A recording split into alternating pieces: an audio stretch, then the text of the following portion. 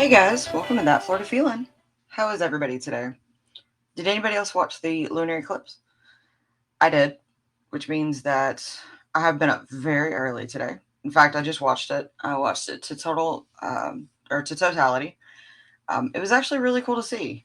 Um, the moon looked more orange than blood red, but it was really cool to see. It's one of those things in nature that every now and then you just want to stop and take a moment and watch. And I thought it was very interesting. Um, it's something you don't get to see every now and then. And if you already have to be up for work at the butt crack before dawn, why not? Why not do it while you're drinking your coffee? Um, I hope everybody's had a good week. I know spring break is coming up. Spring training is happening in Florida. Lots of things. So yeah, I hope everybody's doing good. I hope you enjoyed last week's episode. Um, I have decided to take the rest of Women's Month and talk about famous women in Florida. But before I do, quick shout out to everybody else on Unfiltered Studios. If you haven't checked out Unfiltered Studios yet, there's some amazing podcasts over there. Definitely check them out. Some of my favorite people are podcasters there. Also, check out the social media for That Florida Feeling.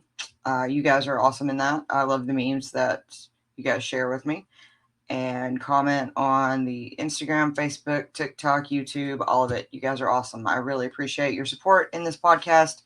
I would not still be doing it if it was not for you guys. So thank you so much. As always, if you have a suggestion, just send it over to me. I would really appreciate it. You you guys are awesome with that. Sometimes you guys give suggestions that I would never have thought of, things I wouldn't even think of in Florida for some reason. But yeah, so I appreciate you guys as always. So the first woman I'm going to talk about today is one that you've probably seen, didn't realize was not from Florida, but resided in Florida long enough to be a Floridian. She is a famous fashion designer, and entrepreneur, and pretty much a socialite, and that is Lily Pulitzer. Um, yep, Lily Pulitzer. Last name is just like the Pulitzer Prize, and she's actually pretty interesting when you actually dig into her past. I didn't really fully know much about her other than when I was managing a Starbucks, we got the Lily Pulitzer water bottles, and I had to stop people from coming into the store at 4 a.m. because they wanted to buy them. And I'm like, okay, I'm going to call the cops on you. You cannot break into my store.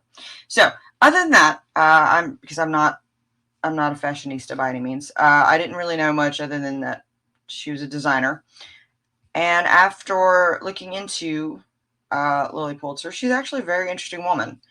And so I found it was one of those. I'm going to talk about her as a mostly Floridian. So Lily Pulitzer Rousseau, she was born on November 10th, 1931, and died April 7th, 2013. So well within our lifetime. She was an American entrepreneur, fashion designer, and socialite, and she founded Lily Pulitzer Inc. She produced floral print clothing and other types of wares. Um, she did go to Finch College. Her major occupation was fashion designer, and her most notable work is the Lily Shift dress. So her main career did come from fashion designing, but in 1950 she eloped with Herbert Peter Pulitzer Jr., grandson of Joseph Pulitzer, after the Pulitzer Prize is named. So that is the name. Uh, of course, Joseph Pulitzer is the publisher that was named after that, and so Herbert Pulitzer was nothing to bad at. Of course, as a socialite, you had to find the top people, and she did. Of course, the couple went on to have 3 children: Peter, Minnie, and Liza. Um, of course, the marriage wasn't always what it seems. In 1969, Lily and Peter were divorced. But Lily went on to establish her own thing, which I think is amazing, especially for a woman. Sometimes, they were expected to be housewives, and she did not do that. She really kind of blazed her own way, which I think is great. Lily and her husband, Herbert, settled in Palm Beach, Florida, shortly after their marriage, and they owned several orange groves at that time. And with the produce from these, she actually opened her own fruit juice stand on Via, gosh, I can never say this one, Meisner. And it's actually a really historic site in Palm Beach, Florida. If you've ever been to Palm Beach, Florida, you've probably heard of it. It's on Worth Avenue. It's very famous. I've been to it. Um, it's actually it's a really great place to walk around in Palm Beach. Um, but she opened a fruit juice stand there, and while working at the stand, she found that squeezing juice got all over her clothes. It made a mess of them, and she didn't like it. So she asked her dressmaker to design a dress that would actually camouflage the stains. And when they did, she realized that her customers loved the dresses that she was wearing. So she actually produced more to sell at the juice stand with the juice. And eventually she realized that as time went on, she was selling more dresses than juices. So her focus shifted from selling juice to designing and selling dresses. And as she did, her dresses became known as Lily's. And that is the Lily's shift dress. And so in 1959, Pulitzer became the president of her own company, Lily Pulitzer Inc. The company's main factory was in Miami, Florida, and fabrics were produced by the Key West Handprint Fabrics Company in Key West, Florida. Over 85% of Pulitzer's prints were designed by Susie Suzek, which is the designer of Key West Handprints. Susie was an American artist and textile designer who actually only mainly worked with Lily Pulitzer in the 1960s to the 1980s, and pretty much became exclusively associated with the brand until 1984. Pulitzer was known for bright, colorful clothing, and they became extremely popular.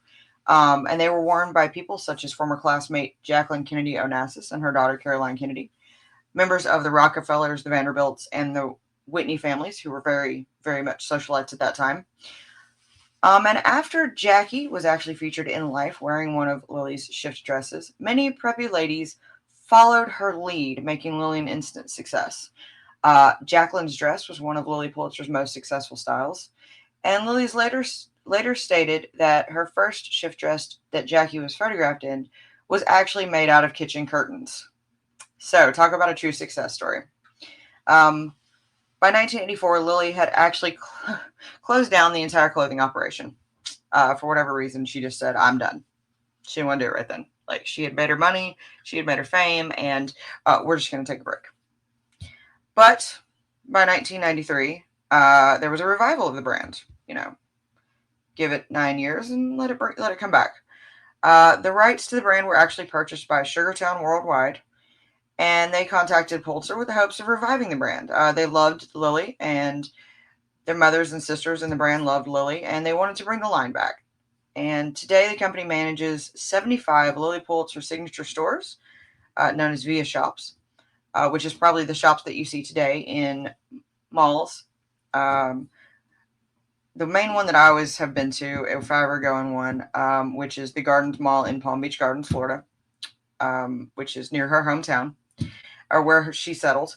And the brand is carried by over 23 company-owned retail stores. It's also independently owned shops and major department stores. The major department stores are usually Belk, Lord & Taylor, Nordstrom's, Saks Fifth Avenue, Neiman Marcus. On December 21st, 2010, though, Sugartown Worldwide was purchased by Oxford Industries. In April of 2015, Target did announce a collaboration with Lily Pulitzer. Within hours, the collection did almost entirely sell out. Starbucks also did a collaboration that also sold out. That's the one that I was mentioning. In fact, I know it sold out because those ladies that were trying to break in, we didn't even have any. Not going to say that the partners might have already bought them, but I'm just saying we didn't have any. Now, of course, Lily did not just sell dresses. Along with the women's clothing line, the company also produces children's clothing, swim, shoes, jewelry, accessories, and bedding. Bedding was revived in 2010. They also have stationery. Of course, Lily never wanted to produce clothing. Wanted to produce clothing that was suited for colder months. She thought that it was always summer somewhere. She was actually quoted in saying that many times. In accordance with Pulitzer's reported preferences, The dress was to be worn with bare feet and was to be lined in order to not require underwear. True socialite. Love it. The company launched an exclusive bridal collection in 2010. With everything Lily does, she follows the motto everything is possible with sunshine and a little bit of pink, which actually represents her fun and vibrant fabric designs.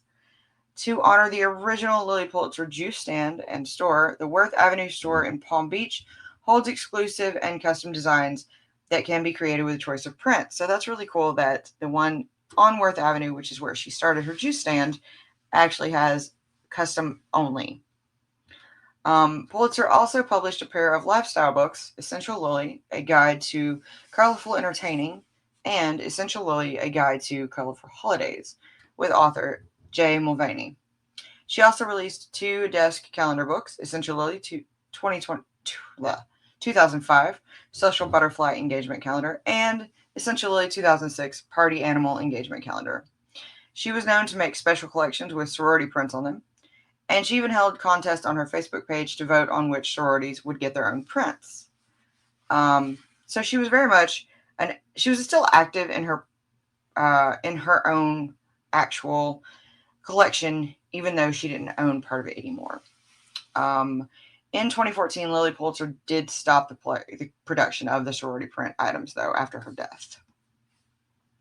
Now, of course, I did tell you that she was married to Joseph Pulitzer. That is where she got her last name. Unfortunately, they did divorce in 1969, but she did have a happy life. She did marry Enrique Rousseau, which is where she got the Lily Pulitzer Rousseau name. She married him shortly thereafter. She did legally change her name to Lillian McKim Rousseau, but her clothing company continued to operate under Lily Pulitzer. She did reside in Palm Beach, Florida for the rest of her life. Unfortunately, Enrique died of cancer in 1993, but she continued to live on to the ripe old age of 81. She died on April 7th, 2013, in her home in Palm Beach, Florida. So she was never far from her original stand. She had a huge cultural impact, though. Lily Pulitzer had a massive cultural impact on many people and fashion and socialites. One of her major cultural impacts, though, was Lisa Birnbach's tongue-in-cheek guide, The Official Preppy Handbook, and its sequel, True Prep. It's a Whole New World, featuring Lily Pulitzer's clothing as a must-have item for preppy women everywhere. The Museum of Lifestyle and Fashion History in Boynton Beach, Florida, also ran an entire exhibit from August of 2010 through May 2011 about clothing and designs on Lily Pulitzer herself. Museum director Laurie Durant stated Lily Pulitzer's fashion is relative to the American experience, and it is relevant to Palm Beach County, Florida. In 1966, the Washington Post reported that dresses were so popular at the Southampton Lily shop on Jobs Lane that they proudly put in clear plastic bags tied with ribbons so that the world could see the lily of your choice.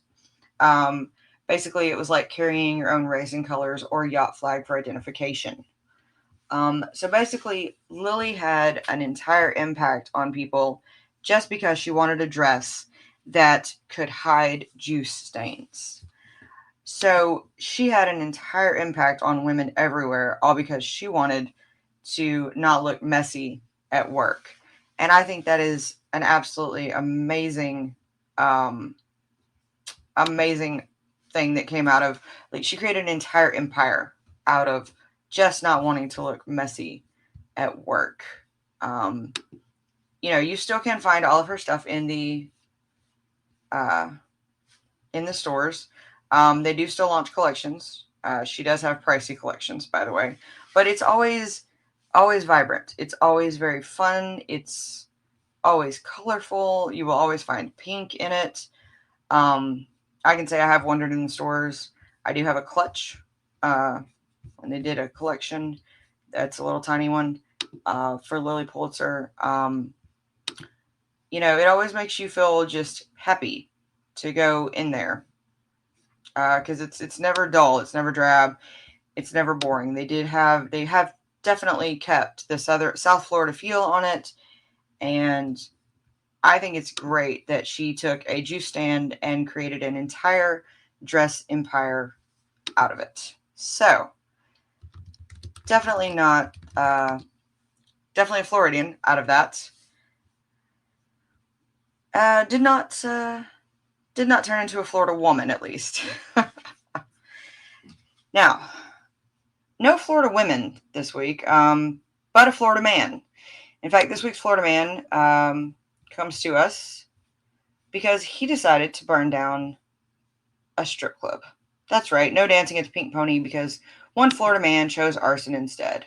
He showed up for dancing, he got mad because he found that there was no dancing, and he set it on fire. That's right.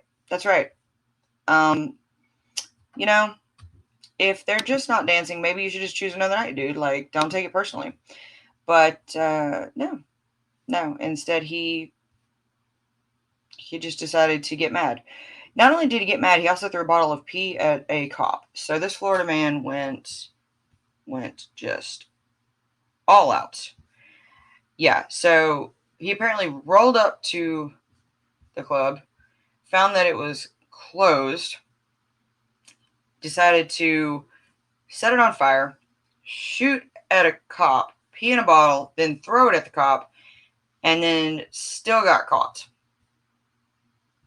I guess he wouldn't be Florida man if he didn't get caught, right? I don't know. Don't be Florida man, guys. Just remember, if it's closed, just come back another night. Like, it's not worth it. It's just not worth it, guys. And don't do drugs. Apparently, they lead to really, really bad decisions. All right, guys. I hope you enjoyed hearing about one amazing woman who created an entire empire from a juice stand, and about one Florida man who just doesn't know what the close sign means. If you guys have any suggestions, please let me know. If you guys have any suggestions about any other amazing Florida women you want to hear about in the next 2 weeks, also let me know. If you guys want to just say hi, let me know. I'm thankful for each and every one of my listeners. Don't forget to drink your water, wear your sunscreen, and as always, guys, that's your daily dose of sunshine. This podcast is a production of Unfiltered Studios. If you would like to know more about joining Unfiltered Studios, please visit our website at unfpod.com for more information.